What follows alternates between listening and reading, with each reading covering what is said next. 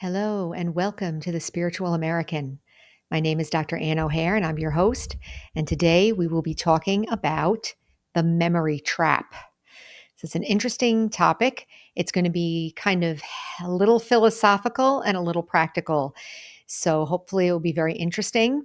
But before we get started, please consider sharing, and subscribing. As you know, this helps YouTube get our content out to more and more people. And please consider sharing with your friends and family so they can benefit as well. So the memory trap.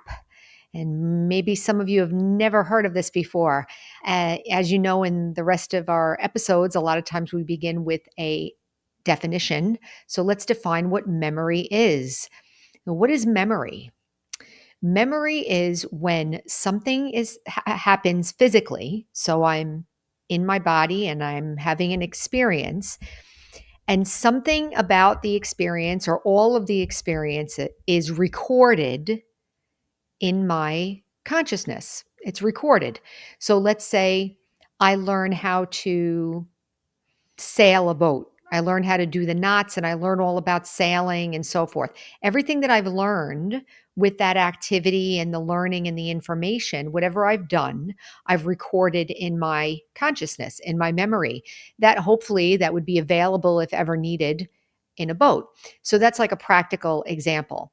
Other things that happen if we have a very emotional experience, that helps it to be recorded.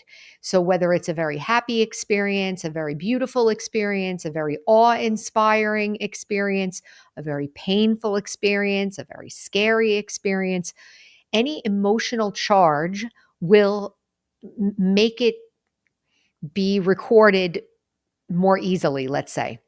And I'm also going to say right up front that negative things get recorded very easily, easier than the rest, actually, I have to say. So that's what memory is. Now, I mentioned this a little bit, but there's three kinds, I would say, of memory.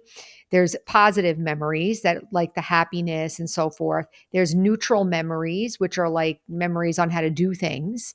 And then there's the negative memories that have painful experience attached to them. I wrote down here, do we need memory to live? Okay, so I'm going to answer the question and I'm going to make a distinction. Do we need memory to live? The answer is no. You have people with amnesia that are alive. You have people with dementia that are alive. You have people with different kinds of cognitive problems that are alive. You don't need memory for your heart to beat or for your lungs to work or for your body functions to work. So you could technically be alive without memory or without a full memory, or you could argue you need something, but in order to function, we definitely need memory, right? So memory is an important part of our life here as human beings. We have to know who our mother is and our father is. We have to be able to recognize things. We have to be able to maybe use language, memorize all these things that have to do with living and functioning as human beings in the world. So yes, we do need our memory. But what is the memory trap? So first of all memories give us an experience. They don't all have to be emotional, but they give us an experience, like, or a feeling of knowledge, a feeling of understanding. Like I was saying, if I learn how to do a skill, that that memory is going to give me that feeling like I know that. So you get a feeling like I know how to do it. The other ones are emotional, happy, sad, painful, fearful, whatever. All of that is recorded and gives us an experience. So I wrote down here, what is the memory trap? The memory trap is when we use our memories in a moment and it produces a negative outcome. So maybe I'm using a memory inappropriately, like it's not necessary. In other words, I'm thinking that all people who talk a certain way are, I'm making this up, like all people who talk a certain way are stupid. So that's the memory or the idea that I have in my head. Then when somebody talks to me in that way, I'm automatically going to make decisions and respond to them from that memory or from that idea. So I wrote a couple of things down. It's either not appropriate, not cooperative. So let's say the person is asking for help and I'm operating on some other memory or some other idea. And in the moment, I'm not cooperative. I'm not helpful in the moment because I'm focused on what that person said to me last week, let's say, not based on the reality of the moment. So this is interesting one. Did you ever have an experience where somebody, let's say you go into work and somebody doesn't say hello, like I say hello and somebody doesn't say hello, and then all of a sudden I think they don't like me, like I'm already coming up with these ideas. Where did these ideas come from? Well, somewhere along the line, I put in my memory this idea that everybody should say hello, and that if they don't say hello, that somehow it's rude or maybe they don't like me or something like that. But is that reality? There's another word we use for that in spirituality. It's called Maya, Maya. For those of you who have been practicing spirituality, you may have heard that word before. Maya means illusion. So if I'm operating from some memory, some idea that I have in my mind, and I'm operating from it like it is real, it is true, and then I maybe am thinking bad about the person or so forth, I'm bringing in a negative energy into the environment, aren't I? The next one is PTSD, the post traumatic stress disorder. That is when you have such an emotional, shocking, or painful experience that it's not just the mind that's affected, it's the body that's affected. It's so deeply recorded that the person may not even be aware that they're operating from that memory. Those are very deep rooted memories. I would say anxiety kind of goes under that too, that idea, and depression also, that it's such a deep rooted kind of experience that the person isn't even aware all the time why they feel the way they feel, but something is affecting them. Some memory, something from the past is actually influencing how I am in the moment. And then I put, this affects the decisions in a negative way. And that would stop progress and stop opportunities. So we definitely don't want to be stopped by anything. But I really don't think we're aware of how our memory works, first of all. And second of all, how much I'm being influenced by all the things that I've recorded along the way. So I have an example. We do a free online meditation class, and we had this one person who started coming. And whenever this person shared on the class, he would be sharing, like, I don't know if this is for me. I really need something in person. I haven't been able to find anything. I don't know if I can meditate. But the person kept coming back. So this person kept coming back every week, and I would keep saying, it's good that you keep coming back, keep coming back. In other words, the idea is that if you keep practicing something new, hopefully some of those old ideas something might break through. Like maybe, I don't know, maybe the person would feel like, oh, well, maybe this is working, or maybe I can try to meditate a little bit more. Turns out that the person just kept coming back and saying the same thing over and over and over again. And then the person stopped coming. So this is an example. I'm going to say it could be an example of someone who keeps on playing the tape in their head of what they think about themselves, what they think about their effort, what they think about what they need. So that talk is so loud and so powerful and feels so real that no matter what came in front of the person, it wasn't recognized as good to the person. So this is an example of, and I'm not even saying that the class was right for the person. It's a potential example. It might just be that the person was telling the truth and this wasn't for him. And that's fine too. But I'm saying from this point of view and in this discussion, it might be possible that he was kind of stuck in his way of thinking about himself, about what he needed, and about what could help him. So think about that for a minute. Is there some place in your life where maybe you have a memory of something that happened and you've made up some sentences in your mind about it, like, this doesn't work for me? I really can't do that. I really don't like that. I'll give another example. This is a simple example, but I went golfing once and I was so bad at it that I decided that forever and ever and ever and ever and ever, I am not going to play golf. So that's kind of silly, right? But think about it. Have you ever done that before?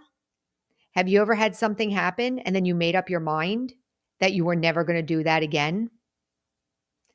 I mean, sometimes that's appropriate, right? Maybe it was so bad, but I mean, I really cut myself off from that. And it doesn't mean that I have to go play golf, but do you see how that memory of that feeling of maybe humiliation or I didn't want to feel like I couldn't do something. Another example of this from myself is like going bowling. I know people go bowling and they throw gutter balls and they laugh and they have a great time. And I could never have a great time there because for me, I'm not doing well. So you see how like I feel in my memory, it's like I see myself as I'm doing well in something.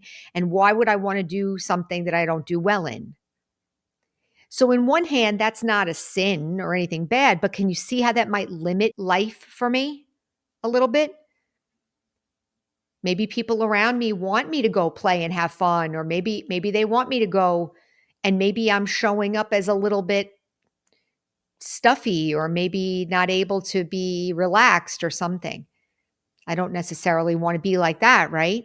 But can you see how having these responses in our mind that we stick in our memory, we keep on referring back to that and it affects my decisions. It affects my attitude towards things in the moment. Other people, what do they get to see? They get to see me saying how much I don't like this or how much I don't like that. Who wants to hear that, right? Then who's the problem? Not that it's a problem, but do I want to be negative? It's difficult for other people to deal with me when I'm negative. Think about it for a minute. If I'm in a family, and whether it's true or not, if I'm talking about maybe something that's going on with me and I'm maybe a lot of times discussing the problem and so forth because it's on my mind. So in my memory and in my mind, it's a deep recording and it keeps playing and playing and playing and it hurts. So I'm talking about it and talking about it. What's happening out here? The people have to deal with me, right? I have two other examples. One other example is I had one of the YouTube on the videos, one of the videos of this podcast, somebody wrote something like, I hope you're guided by truth. And it was something like about God and this is the only way and whatever. And it's fine. That's the way the person feels. That's fine. I didn't feel like that comment had anything to do with what I was saying or doing. So potentially when we feel so strongly about something and we have something so etched in our memory that we're talking about it, it could be like somebody says something and we say that thing. It might not even be appropriate. It might not even be a, a real response to what the person is saying. So the memory trap means that I am basically living in my head maybe too much. I'm living in my head to the point where I'm not able to respond authentically and appropriately to what's happening in the moment. So, when we look at this, what is the most important thing to take from this idea? This podcast is here to help us to be able to see our behavior in a new way. Maybe I never thought that my feelings about something was affecting others at all. Like maybe I'm just expressing myself, or maybe I'm telling the truth, or maybe I'm saying how I feel, and nothing about that is wrong. But we want to start to think about what kind of energy we are putting out there into the world. Do I want to be negative? No. Do I want to be uncooperative or have a negative impact on the situation? No, I don't. So when I look at this and I look at this in terms of the memory trap, I can see that I can start looking at the different things that I have recorded in my memory and that are influencing me. So, how do I help myself get out of the memory trap? Well, meditation. And I wrote down here to take a look at episode 40 also, because episode 40 was rewriting your past. And what that is how to use meditation to go back and change some of those memories. Like you're only doing it in your own head, you're not hurting anybody. And it's not like you're denying the facts or anything like that. It's just I'm trying to relieve myself of the pain. I had a lot of painful memories, maybe a handful of very painful ones that I could definitely see was impacting me now. So I went back and rewrote them. I made the person say exactly what I wanted. I got my needs met. I'm only doing it in my own mind. But can you see how I'm going back and I'm rewriting the memory in my consciousness? So the memory is no longer sending off this pain signal, and the pain signal is affecting how I see things now, how I'm being now. So I'd recommend going back and taking a look at that episode. So how does meditation and spiritual study help avoid the memory trap? Well, I kind of just said it. One of the first things that happens in spirituality when you start meditating is you start being able to observe your mind, observe your thoughts, and you'll start to pick up some of these thoughts and feelings that you have in a situation. Maybe you weren't aware of it. I know I wasn't. I thought it was normal. I thought it was normal to talk about negative things all the time. I truly did. I thought that was normal. It wasn't even showing up for me as something that needed to be fixed. So, how we deal with the memory trap is how I'm starting to be responsible for my own memory, responsible for what gets recorded in my mind, start to be responsible for the feelings and the thoughts and the ideas that I generated all over all this time that's affecting me now. And I'm here to say that even just being able to observe and notice these things starts to change it right away.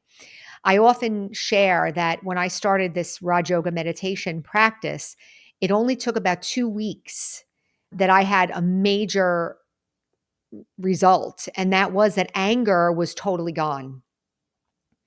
I noticed that I wasn't getting angry anymore.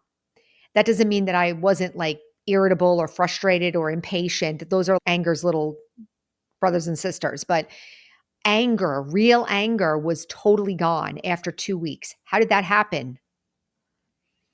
I was starting to watch my mind. I was starting to see where things were coming from. I was starting to take responsibility for my own consciousness. The trap means that I'm living in my mind and it's affecting me in a negative way. It's affecting my decisions, it's affecting my perception. And usually it's in a negative way, right? If it was positive, we wouldn't be trying to look at it or change it. So I'll leave it there, but I would say definitely to see if you want to consider starting Raj Yoga meditation practice. It's a very simple practice. You can look down in the description below. There's free online class, there's the website, but we definitely recommend meditation practice as part of a daily self-care practice. You learn how to observe your mind, and it's like a whole new world of stuff. At first, it may not be too pleasant because I'm noticing how I'm maybe sabotaging my own happiness. Maybe I'm noticing how selfish I've been behaving, or how negative I am, or how angry I'm being, or how insensitive or selfish I'm being. But it's okay because the first step of getting better is to see it, right? And I want to be responsible for myself. Memory in and of itself is not good or bad. It happens as part of our natural life here as human beings, but I want to be responsible for those functions of consciousness. If I'm responsible for them, I can work on not recording the negative, only recording positive, and so forth, and making sure that whatever happens every day, all day, that I'm in charge of my own memory, and that what I'm trying to do is be spontaneous and loving and appropriate in every situation. So I'll leave it there. Remember, our slogan is heal, empower, and serve. And so until next time, take care.